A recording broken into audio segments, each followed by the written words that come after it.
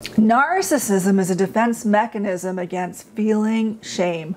Narcissists behave the way they do because they are constantly running from their shame. Now, isn't it better for someone not to feel shame? Isn't that the goal? Yes and no. In this video, I'm going to do a deeper dive into the spiritual root behind the narcissist's refusal to feel shame and the serious spiritual repercussions it causes in their lives and the lives of others. Now first, for those of you who are new to my channel, welcome. I'm Shaneen Megji. I'm a coach that helps people to heal and recover their identities from toxic relationships. I also help people to successfully navigate difficult life transitions. Welcome to my channel on Toxicity is Not Your Destiny.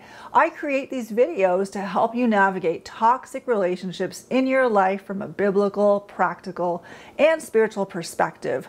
So if you'd like to receive regular content from me on this subject, take a moment, click that subscribe button, click that bell, because I'm going to be bringing you videos on a regular basis every week or so to empower you in navigating toxic relationships in your life. So without further ado, let's jump into the subject.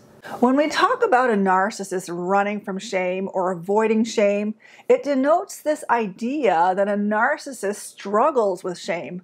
But that is so far from the truth. The issue is they don't struggle enough with shame. That is the fundamental issue with a narcissist. They just refuse to struggle with shame. And this is problematic, believe it or not. Now, the word shame does have a negative connotation to it in our culture and in general. Shame is considered the most painful emotional experience ever because it denotes that something is inherently wrong with who you are as a person. The message of shame is to communicate that there is something fundamentally defective about you. And that is probably one of the worst, horrible human emotions that a person could ever feel. Actually, that was the emotion of Adam and Eve. They felt shame when they realized that they were naked in the Garden of Eden, and so they covered themselves with fig leaves. So shame is truly a universal struggle of all humanity. It's the thing that no person really wants to feel. Now, the thing is that there exists a healthy shame and a toxic shame. A toxic shame is destructive. Both toxic and healthy shame are similar in that both kinds of shame do point to your flaws and defectiveness as a person, but toxic shame points at it with a bent towards condemning you and destroying you, whereas a healthy shame points at it with a bent towards grace and hope for change. There's a healthy kind of shame that is actually necessary for every human being to experience for the sake of being in touch with their humanity. Because at the end of the day, apart from Christ, every human being is weak and flawed. There is no powerful or perfect human on the planet, and there are many scriptures that attest to this. One verse says, "As for man, his days are like grass. As a flower of the field, so he flourishes. When the wind has passed over it, it is no more, and its place acknowledges it no longer." Another verse says, "All flesh is grass, and all its loveliness is like the flower of the field. The grass withers, the flower fades, when the breath of the Lord blows upon it. Surely the people are grass." Another verse says, "We are all infected and impure with sin. When we display our righteous deeds, they are nothing but filthy rags. Like autumn leaves, we wither and fall, and our sins sweep us away like the wind." Finally, another verse says, "For all have sinned and fall short of the glory of God." So there is a level of shame that we are called to have, which tells us that we are weak, deficient, and powerless outside of God. And so to recognize that about yourself is to be able to carry a healthy shame. And a healthy shame is the quality of humility that a person needs to come to terms with their imperfections and frailties. A healthy shame causes you to recognize your need for God's help and intervention in your life. The problem with a narcissist is that they refuse to feel any shame. They refuse both toxic shame and healthy shame. It's like in creating their defense mechanism of becoming narcissistic to protect themselves as a result of early childhood trauma, They threw the baby out with the bathwater. They erected these walls, these rigid black brick walls in their personality where no type of shame could penetrate. And so a narcissist's refusal to feel healthy shame is actually a rejection of their humanity. That's really what it boils down to. A narcissist and their self-defense mechanism to not feel any shame refuses to be human. And in the rejection of their humanity, they reject God over their lives. God created each one of us for a purpose on the earth, and that involves being a fallible human being. Now, of course, it doesn't end there. We're all called to be in a relationship with God, to have access to the resurrection power of Jesus Christ in order to live a supernatural, abundant life. But supernatural and abundant aside, the lot of every human being on the planet is to live as a human being who is powerless without God. And it can be unnerving to think about how so very fragile a human being is. The issue with a narcissist is that they cannot come to terms with this. They refuse their weaknesses, vulnerabilities, fallibility, and fragility with every fiber of their being. They cannot stand to live this way, that God would actually require them to exist this way. And rather than being the human being that God has created them to be, they will refuse it by erecting all kinds of barriers and make themselves a God. They will say, I'm not being a human, I'd rather be a God. And this is the ultimate rebellion against God because it is a refusal to be human. Now, likely a narcissist is unconscious of what is going on within them, but this is really what it means when a narcissist refuses to feel any shame. They are rejecting their humanity. They will not accept those human weaknesses to be part of their makeup. So much so that they will create a false self. They will reject the self that God gave them, their God-given self that they are called to nurture and develop and cultivate into Christ's image. Instead of doing that, they will create a false self that will be more in the image that they want it to be, a God-like image. That's what they do. It's a self-rejection, and it's ultimately a form of rebellion. A person that refuses to feel any shame then is not able to relate to others. If a person is rejecting their own humanity and refuses to feel shame, and they reject what makes them human, then they cannot relate to other human beings. They cannot put themselves in the shoes of other human beings. They cannot empathize with the experience of other human beings because they created a false self that elevates them above and makes them like God, and not in a good way. It's the kind of making themselves like God, the way that Adam and Eve tried to become like God by eating the forbidden fruit in the Garden of Eden and following the advice of the devil. It's really a backdoor way of trying to be like God.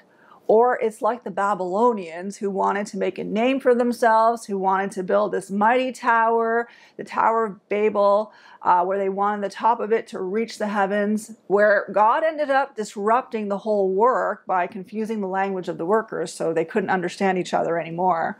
So a narcissist tries to become like God, not in a good way. They try to become like God on their terms, not on God's terms. Now, we're all called to become like God, but not a God. We're not called to be God, but we're called to become like God by abiding in Jesus Christ and allowing His Holy Spirit to bear His fruit in us, the fruit of love, joy, peace, patience, kindness, goodness, gentleness, faithfulness, and self-control.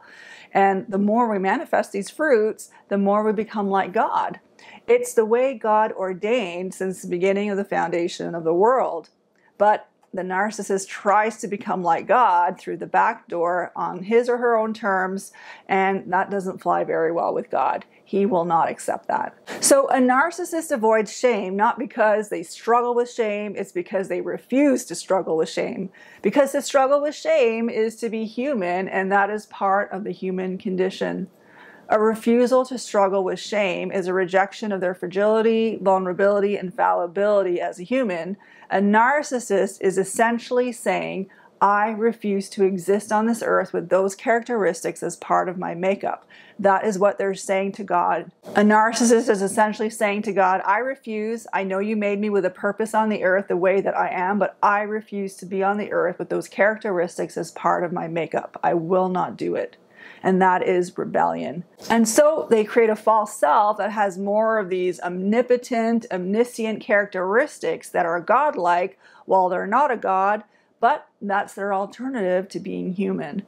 They'd rather not be the weak person or the tail, and I guess it's because they were traumatized so badly, so to be vulnerable like that put them in danger. And so they take on narcissism as a defense mechanism, and it becomes a very rigid part of who they are, and they don't change. So the point of this is really that by not experiencing shame, they are refusing to accept their humanity. And when you can't accept your own humanity, you cannot accept the humanity of others either. So a narcissist somehow unconsciously lives as if those vulnerable aspects of their humanity do not exist, to their detriment. Because the problem is that they do exist, they just go underground and turn into a massive blind spot, because a narcissist thinks that by creating a false self, they have purged out those characteristics from their being, from their personality, but they can't escape who they are. And so all of their frailties leak out in ways that cause them to massively self-sabotage in life. As I mentioned, a narcissist has likely gone through a traumatic experience, so they want to rewrite the world according to a way that is safe for them, which means rejecting God and His ways, which is actually to rebel against God, and it's likely deeply unconscious. I don't think any narcissist would ever say, I'm doing all this, I'm living this way because I hate God, I know better than God. You know, there's an apt verse about this that says, what sorrow awaits those who argue with their creator? Does a clay pot argue with its maker? Does the clay dispute with the one who shapes it, saying, stop, you're doing it wrong? Does the pot exclaim, how clumsy can you be? But that is in essence what a narcissist does when he or she refuses to accept how God made them and creates a false self instead. To create a false self is to rebel against God and is to be wise in their own eyes. It's the highest form of pride and rebellion. And that's why I believe that God's first step and remedy, probably one of many steps in dealing with a narcissist, is humbling them. If you read in the Bible, that's just what God does. That's how God dealt with Pharaoh and King Herod and King Nebuchadnezzar. Someone that struggles with shame, somebody that is running from shame and refuses to struggle with it, inevitably creates a vacuum where pride and arrogance take over. And so it is this kind of arrogance that God takes on first in order to get the narcissist to come to a place to admit their shame. And that can be a good thing to pray for a narcissist, that they can accept healthy shame as a step towards healing and recovering their true identity in God.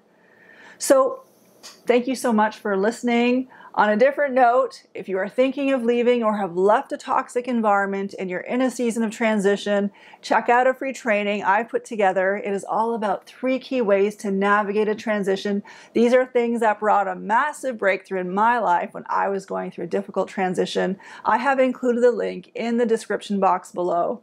If you would like to see more content from me and have not subscribed yet, click that subscribe button and click the bell so that you can get the alerts, because I will be posting videos on a regular basis to empower you in navigating toxic relationships in your life. And if you like this video, please give it a like. This just helps me to know what kind of content to produce. And if you have suggestions of topics you would like me to cover, feel free to drop your ideas in the comments section. Thank you so much. I appreciate you. This brings me to the end of my video. I look forward to seeing you in the next video.